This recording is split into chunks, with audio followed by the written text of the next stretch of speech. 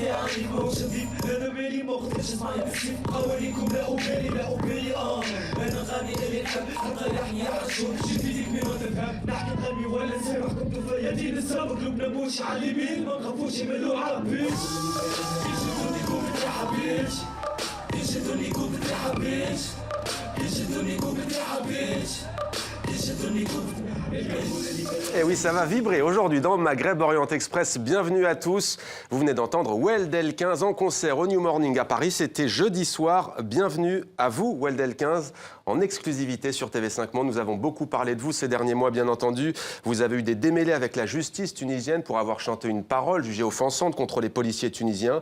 Précisons que vous serez à nouveau en concert à Paris les 26 février et 1er mars au centre musical Fleury-Goutte d'Or Barbara. C'est dans le nord de Paris à l'occasion de Théma Rebelle. Avec nous également sur le plateau de MOE, Hind Medeb, bienvenue à vous. Vous êtes à l'initiative avec la mairie de Paris de ce rendez-vous, Théma Rebelle. Vous avez filmé la jeunesse tunisienne, la jeunesse égyptienne également. Vous avez réalisé le documentaire Electro Shahabi, dont on verra tout à l'heure un extrait. Il sera présenté au festival Étonnant Voyageur de Rabat au Maroc du 6 au 9 mars 2014. Le festival Étonnant Voyageur auquel participera également un écrivain qui en est à son 7e roman, Kébir Ami, bienvenue à vous. Vous êtes donc écrivain. Ça s'appelle Un génial imposteur, ce nouveau roman. C'est aux éditions Mercure de France et vous serez donc vous aussi très prochainement au Maroc. Weldel 15 sur scène à Paris, c'est donc l'événement de la scène hip-hop. Alors vous avez vécu des moments difficiles, Weldel 15, on l'a dit. Qu'est-ce que vous ressentez aujourd'hui sur scène à Paris? Oui, bien sûr, ça va aider au côté les idées et tout. Et ça reste une expérience dure. Et c'est bon, on continue et puis c'est ça.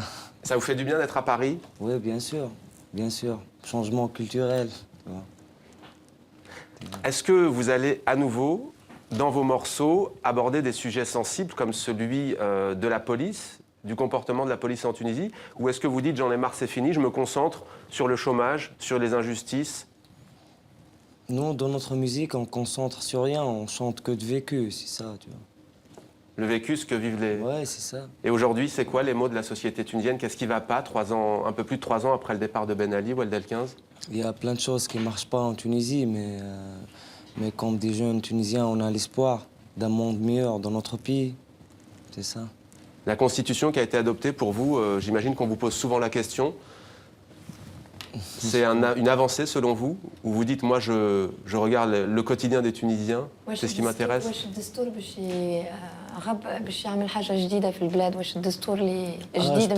Je pense pas, parce que personnellement, je compte pas sur les partis politiques tunisiens, tu vois. Il n'y a pas un parti politique qui représente les jeunes, c'est pour ça. Il y a un jour qu'il y a un parti politique qui va représenter les jeunes, ça va être mieux aux côtés de ça, tu vois. Hind Medeb, on ajoute donc une petite ligne à sa carte de visite maintenant. Interprète, alors Hind Medeb, vous êtes donc à l'initiative de ce rendez-vous Théma Rebelle, je l'ai dit tout à l'heure, vous avez filmé ces jeunes artistes tunisiens, mais pas seulement, vous avez également filmé la jeunesse égyptienne. Qu'est-ce qui vous attire, j'ai envie de dire, dans cette expérience artistique? Et la jeunesse marocaine, parce que mon premier film était sur les attentats de Casablanca et les jeunes qui se sont fait sauter à Casablanca, qui venaient du bidonville de Sidi Moumen. Et mon premier film retraçait l'itinéraire de ces jeunes. Et c'était un film sur ce bidonville qui s'appelle le bidonville Thomas à Sidi Moumen. Donc voilà, le Maroc aussi. Il ne faut pas oublier que ma maman est maroco-algérienne, parce qu'on me dit toujours que je suis tunisienne, mais je suis d'abord marocaine de cœur. Voilà, Hind Medeb, Maghreb Orient Express. Alors, Weldel 15 à Paris, Hind Medeb, mais aussi Madou, tunisien, DJ Missines, que l'on a vu cette semaine dans le journal 64 minutes. Les Palestiniens boycottent, DJ Sotou Soura, celui-là j'ai du mal, Sotou Soura, il vaut mieux le dire finalement en arabe. Il y a Clay Bibiji qui était là également. Alors, le Libanais Ras, les Syriens Refugees of Rap ou encore Figo, l'Égyptien inventeur de l'électro-shahabi. La transition est toute trouvée. Hind Medeb, définissez-nous ce soir, pour ceux qui ne connaissent pas, qu'est-ce que l'électro-shahabi? Alors, en fait, c'est un mot que j'ai inventé avec l'équipe de Trax, parce que je suis partie faire des reportages en Égypte pour Trax en 2011. Et j'ai découvert cette musique grâce à un réalisateur égyptien qui s'appelle Ibrahim El Battout, qui tourne beaucoup dans les quartiers informels. Déjà du temps de Moubarak, il tournait des films. Il avait fait un film qui s'appelait Ain Shams. C'est lui qui m'a fait découvrir cette scène musicale. Et on a inventé le mot électro-shahabi sur Arte, quand on a fait ce reportage pour Trax, pour essayer de définir cette musique musique qui en arabe ne s'appelle pas électro-charbi, qui en arabe s'appelle mahragan. Mahragan, ça veut dire festival en arabe. Et là-bas, on ne dit pas électro-charbi, on dit mahragan. Pourquoi électro-charbi? Tout simplement parce que c'est un concept qui permet de résumer en un mot cette musique qui mélange la musique électronique et le charbi traditionnel. Et en fait, c'est beaucoup plus que ça, parce que c'est une musique qui fait aussi intervenir une forme de raga en arabe, raga rap, ragaton, très inspirée en fait de la musique de Jamaïque. Les musiciens d'électro-charbi adorent la musique jamaïcaine. Ils adorent aussi David Guetta et Stromae, et en même temps, ils sont très attachés à la tradition soufie. Donc, par exemple, Al-Hussein, qui est un saint qui est très respecté. Il y a beaucoup de fêtes pour Al-Hussein en Égypte. Et donc, souvent, il y a des refrains qui rappellent les chants traditionnels soufis pour Al-Hussein. Et en même temps, ils prennent le micro pour raconter la vie au quotidien en Égypte, pour raconter les difficultés de la jeunesse des quartiers populaires. Et là, à ce moment-là, ils font plus du raga. Et ils mélangent tout ça. En fait, c'est une musique qui est libre. C'est une musique qui... Vraiment, c'est l'explosion de cette jeunesse qui est articulée avec le reste du monde. C'est-à-dire, oui, ils sont dans les bidonvilles du Caire, mais ils sont articulés avec ce qui se passe aux États-Unis, en Europe, en Jamaïque. Pour eux, il n'y a pas de frontières. Et ça, c'est grâce à Internet. Voilà pour la définition. On va maintenant voir en pratique comment ça emballe les fêtes et les mariages en Égypte. Regardez. أول مزيكا خرجت كانت خارجة بقى من الحتة دي زيز بيكو بقى السلام البلد بتاعتنا.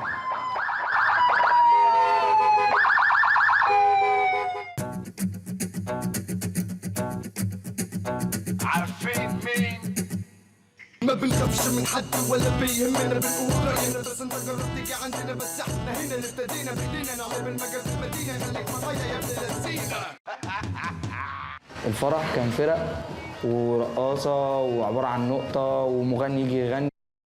وقت اتغير خالص، الدي جي طلع. ايوه بقى يلا بقى يلا.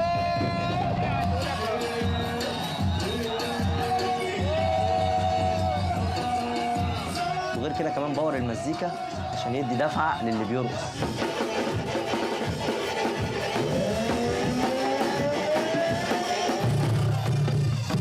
بس برضه اهم حاجه تبقى الاغنيه مفهومه بتقول ايه، ما ينفعش نعمل اي حاجه في اي حته.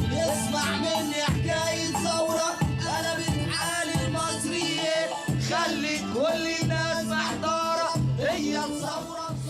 Kébirami, alors Kind commence à chanter. Kébirami, est-ce que vous connaissiez l'électro-charbi, vous? Non, je découvre. Le charbi, oui. Oui, le charbi, bien évidemment. Oui, volontiers. Je suis partant. Vous allez découvrir. Juste, alors, le personnage de votre roman, Kébirami, est un personnage assez exceptionnel. Il s'appelle Charles. Est-ce que vous pouvez nous expliquer sa vie rocambolesque en quelques mots? En quelques mots, c'est un petit peu difficile, mais je vais essayer de dire l'essentiel. C'est-à-dire que, bon, il s'appelle Charradi, et oui. le diminutif, c'est Char, qui veut dire le mâle en arabe. Et son frère de lait, c'est Kherdin, et le diminutif frère. Donc, vous voyez que j'ai placé ce roman sous le signe à la fois du bien et du mal. La contradiction, la complexité. Voilà, ouais. c'est ça. Je voulais brosser le portrait d'un faussaire, d'un imposteur, comme en fait bien avant moi des auteurs illustres comme Christopher Marlowe ou Shakespeare, par exemple, avec Richard III ou Faust ou encore Macbeth. Voilà. Et... Mais pourquoi imposteur? Parce qu'il s'arrange finalement avec l'histoire pour apparaître comme un héros, tantôt dans la résistance algérienne, tantôt dans l'OAS. C'est ça, c'est quelqu'un qui ne sert que ses propres désirs, ses propres besoins, sa survie.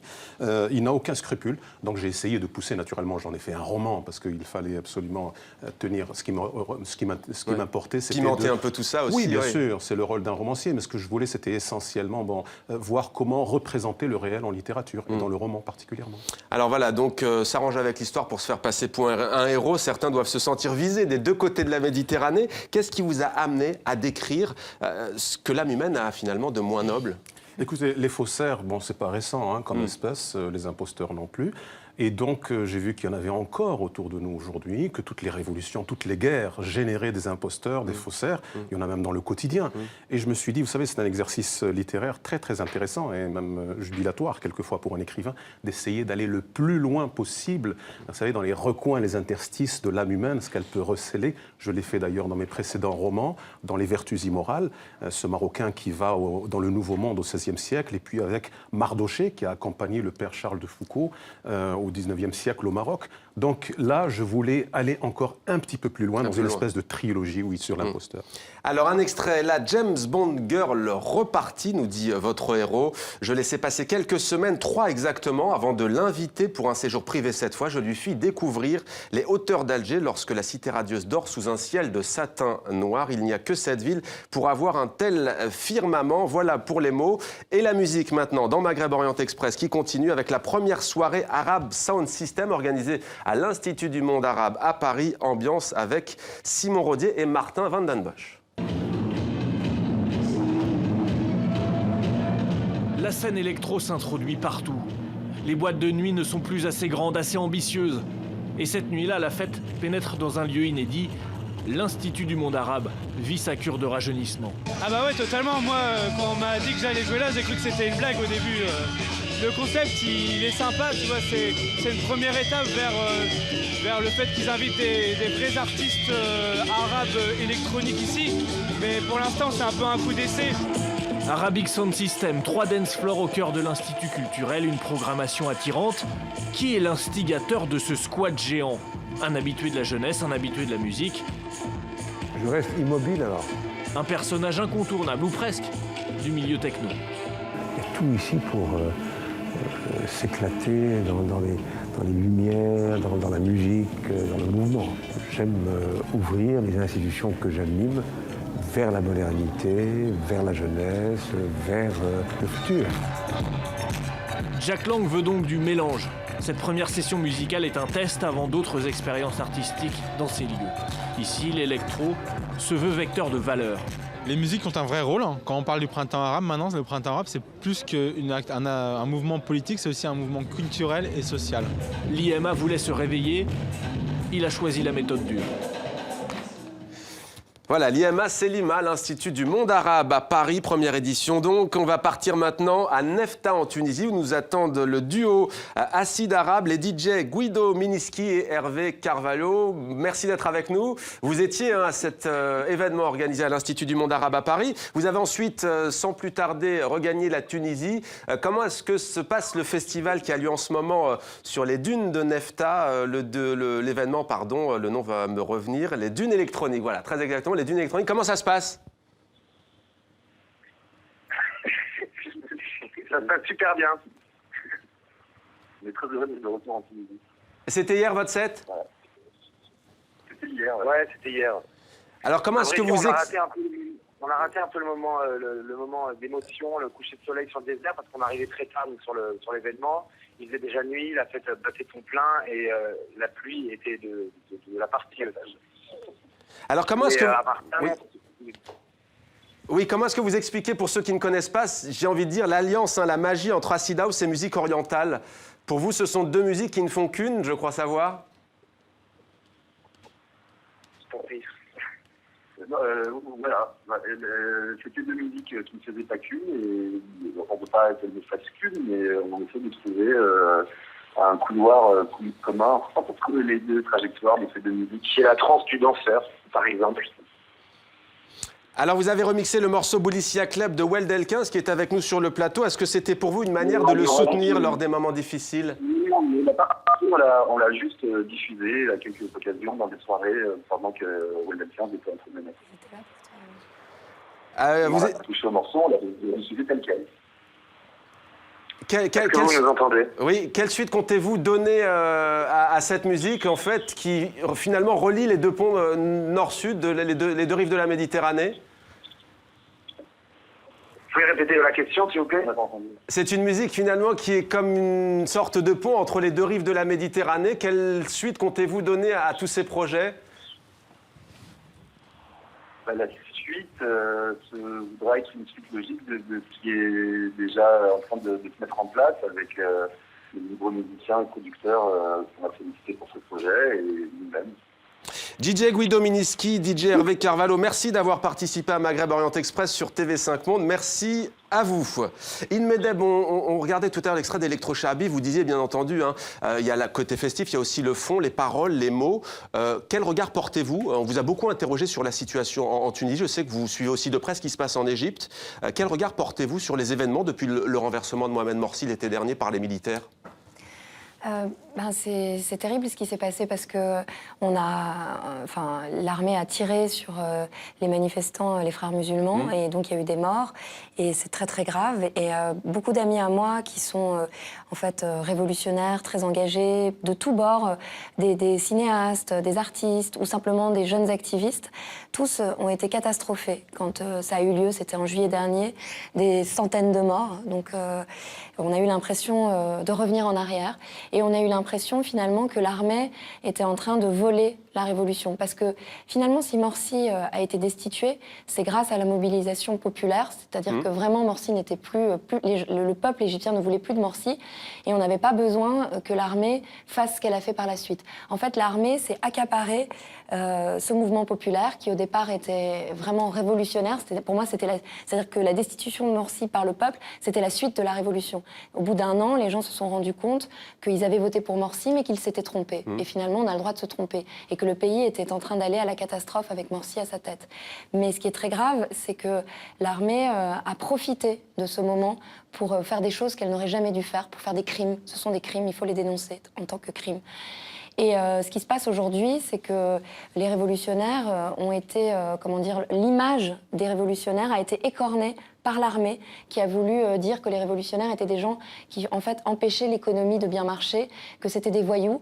Et donc, c'est ça qui est très grave, c'est que l'armée a réussi à faire taire les voix de la révolution. Mais ce n'est que pour un temps. À mon avis, très très vite, la révolution va reprendre le dessus. Ce n'est qu'une étape. Et je pense que les Égyptiens ne sont pas prêts à revenir à une ère du type celle de Moubarak. Et moi j'ai beaucoup d'espoir en fait pour l'Égypte. C'est-à-dire que je pense que la jeunesse est tellement puissante. Il y a 60% de la population qui a moins de 30 ans. Et ces jeunes n'ont absolument pas envie de revenir à l'époque Moubarak. Ils n'ont pas du tout envie de revenir à un régime militaire. Et je pense que l'armée va être assez surprise des suites de ce qui va se passer. C'est-à-dire que je ne suis pas voyante, je ne vais pas lire dans l'avenir. Vous êtes plutôt mais je suis très optimiste parce que je pense que le mur de la peur est tombé, que les Égyptiens n'ont plus peur de dire ce qu'ils pensent, et qu'à un moment donné, si Sisi continue sur cette voie autoritaire, lui aussi il va tomber, comme Morsi est tombé. Kébir Ami, l'espoir d'In Medeb, vous le partagez sur la région, même si chaque pays ne dit bien entendu pas la même situation. On évoquait tout à l'heure la constitution tunisienne avec Weld El-15.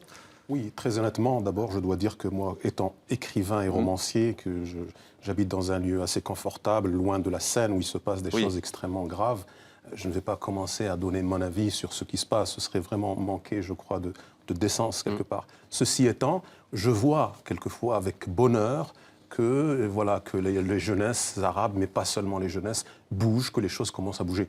Ceci étant, il faut rester vigilant, mais je crois que ça suscite de l'espoir, ces mouvements qui se passent ici et là, quelquefois avec éclat, quelquefois bruyamment, et quelquefois en silence et très discrètement. Il y a des choses qui se font, et ce qu'on appelle le monde arabe n'est pas aussi calme qu'il apparaît ces derniers temps. L'Algérie, par exemple, n'est pas aussi calme qu'elle n'y paraît, non ? Tous les pays, je crois, tous les pays sont travaillés par à la fois des rêves, des désirs, des choses absolument extraordinaires. C'est-à-dire que les gens ne peuvent pas se taire. Et les jeunes, c'est vrai qu'ils sont un moteur fantastique. Et quelquefois, ils nous montrent un petit peu que les choses sont à portée de main. Donc restons dans cette idée d'espoir, oui.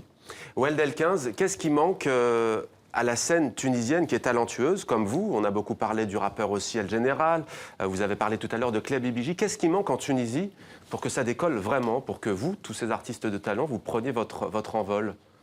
Au début, on parle de la scène de rap tunisienne. Là, ça fait 25 ans qu'existe le rap en Tunisie.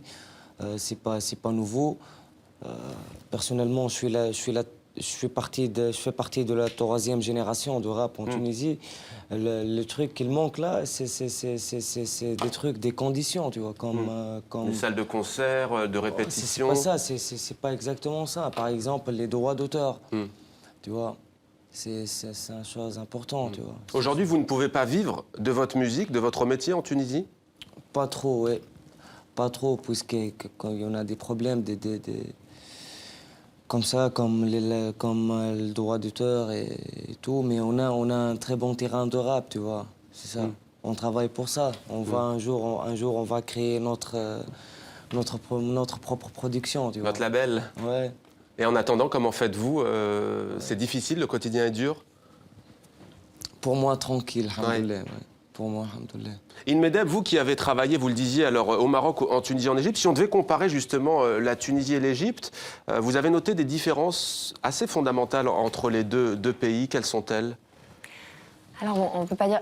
C'est difficile de comparer parce qu'en Tunisie, c'est le rap. Et en Égypte, moi, j'ai suivi la scène électro-shahabi. Donc, la scène électro-shahabi, bon, disons que la différence entre la scène rap en Tunisie et la scène électro-shahabi en Égypte, c'est qu'en Égypte, les musiciens gagnent très, très bien leur vie. Et qu'ils ont réussi à créer une économie parallèle. Parce qu'en fait, les musiques électro-shahabi, ça existe depuis 2-3 ans avant la Révolution. Et c'est une musique qui a très longtemps, c'est très récent qu'elle passe à la télé, à la radio. Pendant très longtemps, ils passaient pas à la radio, pas à la télé. On les invitait nulle part et personne ne parlait d'eux. Et malgré ça, ils gagnaient leur vie. Pourquoi ? Parce qu'ils jouent dans les mariages. Et donc, ils ont réussi à transformer les mariages en rave party. Ça, c'est très étrange quand même. C'est-à-dire que la jeunesse est tellement puissante dans les quartiers populaires que, par exemple, quand quelqu'un organise un mariage, le but, c'est qu'il y ait le maximum de monde. Les mariages sont dans la rue, voilà, organisés dans la rue, on met des tentures, plein de couleurs. Ouais. Et donc, en fait, si vous voulez que votre mariage soit réussi, il faut qu'il y ait énormément de monde, parce que ça veut dire que les gens vous aiment dans le quartier. De quelle manière vous pouvez attirer du monde? En programmant les artistes que les jeunes aiment, puisque la majorité des habitants sont des jeunes. Et effectivement, comme les jeunes dans les quartiers populaires en Égypte adorent l'électro-shahabi, et ben les mariés, même s'ils n'aiment pas, ils sont obligés de programmer des DJ d'électro-shahabi. Et finalement, le mariage devient le rendez-vous de toute la jeunesse du quartier. Ouais. Et c'est gratuit. Weldelquin, vous souriez, mais le rap dans un mariage, c'est plus compliqué quand même, non? Pour nous, on ne fait pas toujours danser les gens. Oui, c'est pas le but. C'est pas le but. Ouais. Ouais, alors que l'électro-shahabi, c'est très festif. C'est de la musique électro. Hein. Donc, je vous dis, ils organisent, en fait, quelque part, c'est des énormes rave parties. Et ils sont devenus tellement célèbres que maintenant, ils jouent dans les mariages et dans les anniversaires des gens riches. Et donc, parfois, ça peut monter, leur cachet peut monter jusqu'à 10 000 € pour une soirée. Ce qui est une grosse somme, voilà. Si on compare au revenu moyen en Égypte. C'est qu'ils jouent maintenant dans les autres classes, dans les classes sociales riches, mais même quand ils jouaient dans les classes populaires, ils étaient bien payés, parce que dans les quartiers populaires, vous avez par exemple les énormes trafiquants de drogue qui gagnent beaucoup d'argent, et quand un trafiquant de drogue se marie, ben, il va donner 2-3 000 € au meilleur DJ d'électro-shahabi pour l'avoir dans son mariage, avec tous les MC, parce qu'en fait, il faut imaginer la scène, c'est un DJ, 2-3 MC avec au micro, et plein d'instruments de musique, des batteries, des percussions. Weldelquin, il y a tout de même les réseaux sociaux qui peuvent vous aider. On a beaucoup vu votre chanson controversée, Boulissia Kleb, sur les réseaux sociaux. Yeah. Pour l'instant, vous n'arrivez pas à tirer profit de cette visibilité sur YouTube, par exemple, pour ne citer que lui? Bah, en fait, les réseaux sociaux, c'est notre média, tu vois. Ouais. On travaille et on met ça sur Internet et c'est gratuit pour les gens. Tu vois. Nous, en Tunisie, on gagne que dans les concerts. Tu vois. On ne vend pas des disques. Il n'y a pas des grandes maisons de distribution et des trucs comme ça. Mais... Vous allez bientôt partir au Maroc pour le festival Étonnant Voyageur, en principe d'ailleurs avec Inmedeb, on va en parler. Le 7 mars à Rabat, Inch'Allah. La ville de ma grand-mère. Moi, je suis très contente. Je vais rendre visite à Raïcha. Big up à ma grand-mère que j'adore. Ça sera la première fois au Maroc pour vous? Oui. Ouais. Vous aimeriez qu'il y ait plus de liens, de ponts? Tout à l'heure, on évoquait avec Acide Arabe les ponts entre les deux rives de la Méditerranée. Est-ce qu'à votre avis, ça manque aussi à la région Algérie, Maroc, Tunisie? Il n'y a pas assez de passerelles entre ces trois pays? Oui, c'est normal, bien sûr. Même si au niveau culture, on a des points en commun, tu vois, entre l'Algérie, Tunisie et Maroc, tu vois. C'est ça, même si côté langage, on n'est pas loin. Ouais. Le festival Étonnant Voyageur, vous y serez aussi, hein, finalement, vous y serez tous les trois ensemble. Oui, c'est un événement important pour vous, très important. Kébirami? Bien sûr, très important, parce que Étonnant Voyageur s'est inscrit, vous savez, dans cet esprit de littérature monde.